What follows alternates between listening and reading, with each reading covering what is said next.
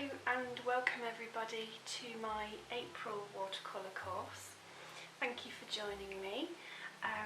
Week one we're going to be doing this lovely painting, Sun Through the Trees. It's a beautiful photograph that we're using for reference. It's an autumnal, kind of late autumnal scene. The leaves, most of the leaves are off the trees here, so that we've got bare, pretty much bare tree trunks, and we've got that lovely sunlight streaming through, creating this gorgeous effect where the light splits and splays with these very, very strong shadows on the ground. So that's what we hope to produce in our painting. The focus is going to be all about the light. It's going to show the beautiful patterns of the shadows, and hopefully create a lovely painting at the end of it. So as you can see, I have already printed off my reference image. You should have received one via email, and once you've printed it off, you need to tape your paper down to your drawing board really securely. This is going to be dead important in this painting. You'll see a little bit later on why. So make sure all those edges are pressed down firmly. As you can see, I've already used the trace technique to transfer the reference image onto my paper. I have used a 9B graphite stick where I've simply scribbled across the back of the picture. In this case, because I wanted to get everything in, I've actually scribbled across the entire picture, which is rather rare for me. But then you place it on top of your paper, line it up, take a little bit of tape to secure it in one place, and then simply using a pencil, trace around the outline of each of the trees. Now, you don't have to put all of the trees in your painting if you don't want to. You could simply take some of them out, or you could freehand draw some tree trunks in, because they're quite simple things to draw, but I really like the fact that a lot of them are crisscrossing in front of each other, and I really wanted to get that correct in my painting. So I've actually traced through every one of those trees, and I find that part of the process quite therapeutic, so I enjoyed that. It did take me sort of 5 to 10 minutes to do, but now I'm all prepared and ready to go with my painting. So let's talk a little bit about the process and what's going to be involved in this painting.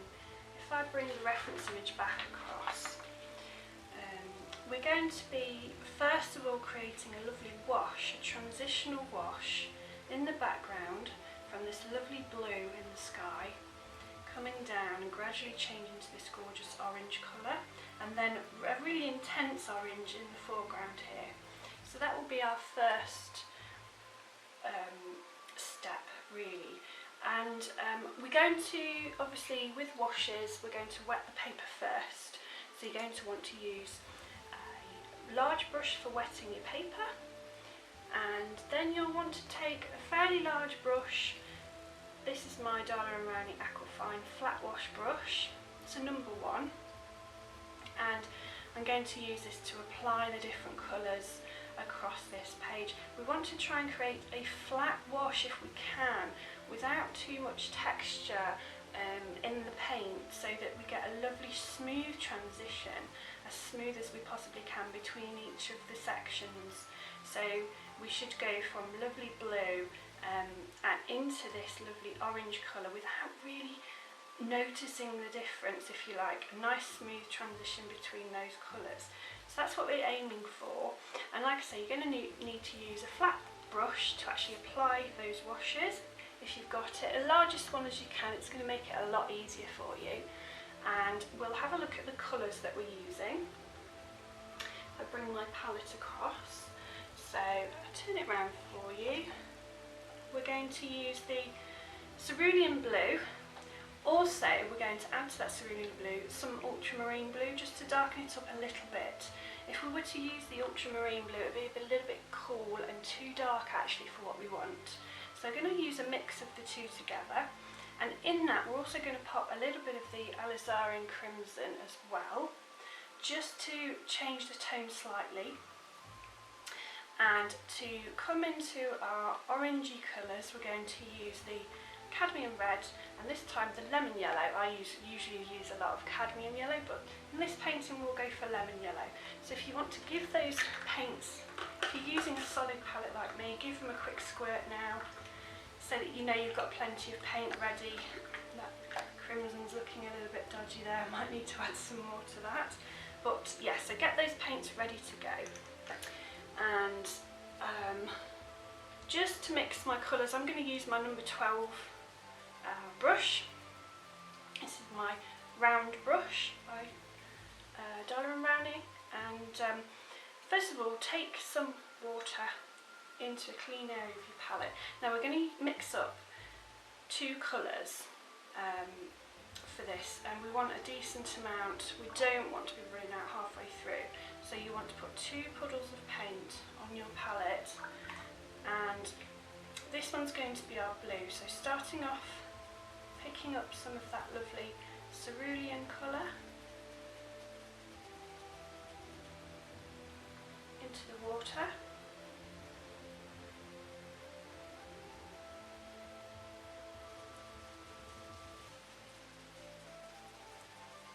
And this is a wash, so I want it to be fairly loose. But also bear in mind we're going to be using the wet in wet technique, so the paper's going to have water on it, which is going to lighten the colour a little bit. So we want to make this wash slightly darker than we want it. And also once the paint is dry, remember, it will lighten as well, so by 30%. So we need to take all that into consideration when we're mixing our washes. So now I'm adding some of the ultramarine blue. This cools it down and darkens it up. That's nicely wet there, so that's come onto my brush nice and easy. That's great. So thoroughly mix these together. You want a nice smooth colour on your palette. You can see there it's thoroughly mixed. There's no areas that are darker or lighter than anywhere else. It's all mixed nicely. Then a quick rinse of your brush, and we want to add some of the crimson now, just to take the edge off the blue if you like. There we go. Just gives it a tiny, tiny hint of purple. Let's go a little bit more. There we go. And if I take my paper, I've got a sheet of spare watercolour paper across the side there, and I'll show you the colour that I've mixed for this. Okay, so it's nice and thin.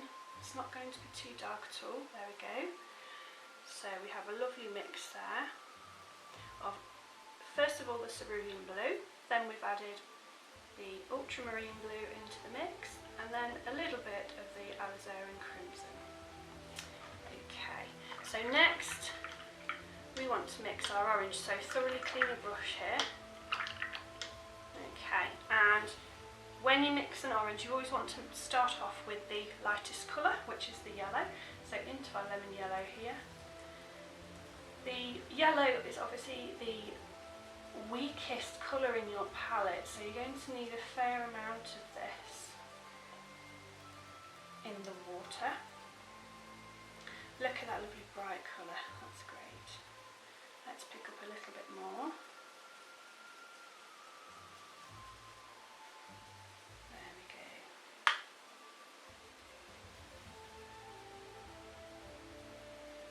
Okay, quick rinse. Wipe off any excess. Okay, and then we want to add excuse me, the cadmium red to this yellow now. So a small amount of cadmium red is going to have a huge effect on that yellow because it's a lot stronger in colour. So there we have a nice orange tone. I'm going to just check this on my paper. paper. Okay, let's have a look at that against the reference image. Okay, so it's still too pale, isn't it? It's a lot warmer in the reference image. So, bringing my palette back, I'm going to add more of that cadmium red.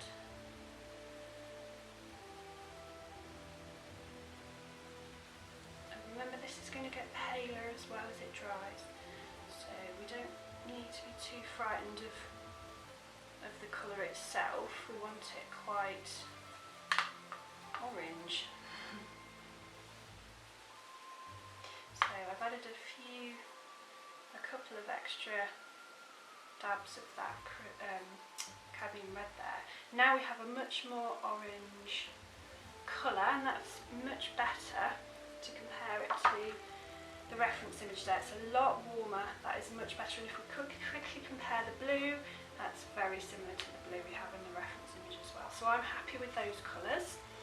And we can make a start to our washes.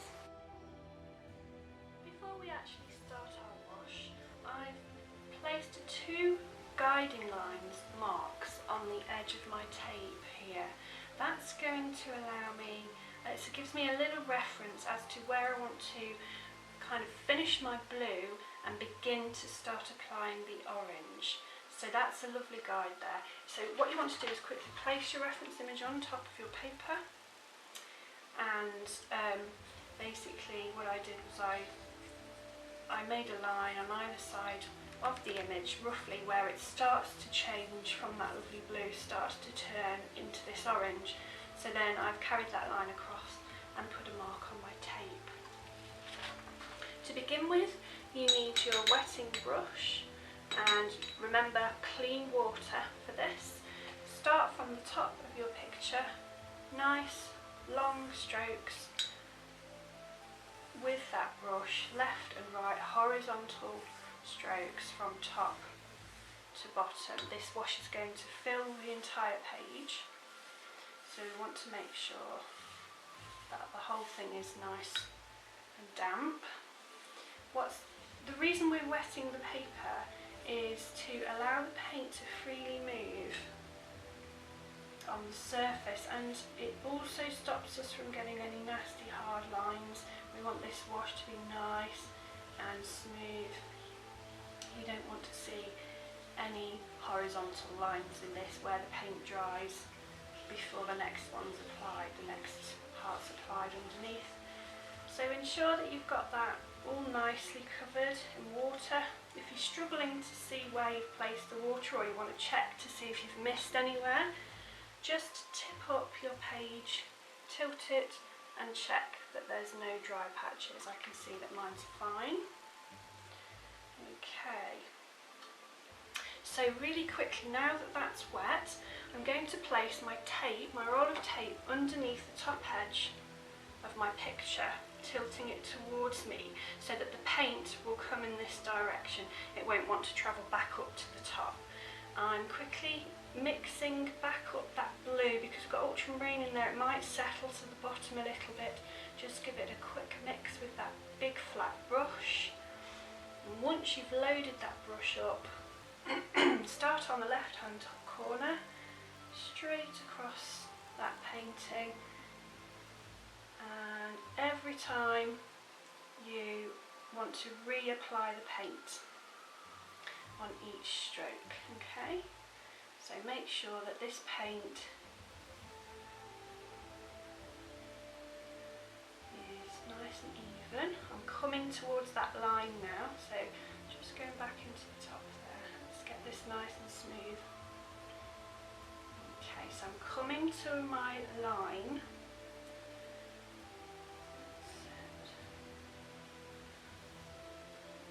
Reached my line now, so I'm going to wash that brush, take some paper now at this point and just wipe that excess blue off the tape. We want this to be a nice flat even wash, so get rid of it now, and across the top there as well. Okay, because we've wet the paper, can you see how that's all nice and smooth? running together. So I've given my brush a good wash there, dab off that excess, straight into my orange. Again, give it a quick mix up on the palette. Make sure your brush is loaded up with that paint, and then you want to come up to that line that you've created with your blue and drag that paint across the surface. Okay, nice even strokes.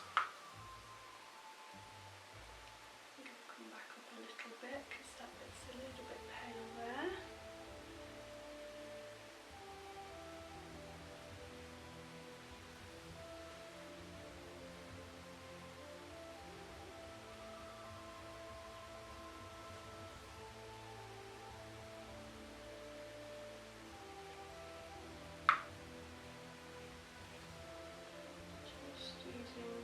Flat edge gently. I'm not putting any pressure on the brush or anything like that. I'm just letting the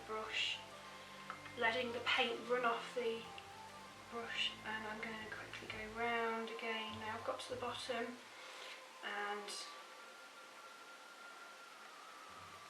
take that excess paint away, otherwise it will start to drag back up into your painting and create blooming effects, which sometimes is really nice, but in this case we want a nice flat wash. Now I'm going to just lower that a little bit. I've got some blue coming down, but to be honest, we don't want to touch this now because it will spoil the effect. Just taking the tape away, I don't want it quite so high, so I'm going to use my putty rubber, flatten it a little bit, and just stick that under the edge there. So it's a little bit flatter now. It's not completely flat, but it's not quite so high. I just want to stop some of that blue from carrying on coming down, but I'm quite happy with that. That looks great.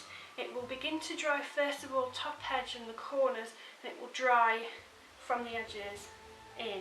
So that's why we want to make sure there aren't any areas of wet tape, and that's our flat wash cream.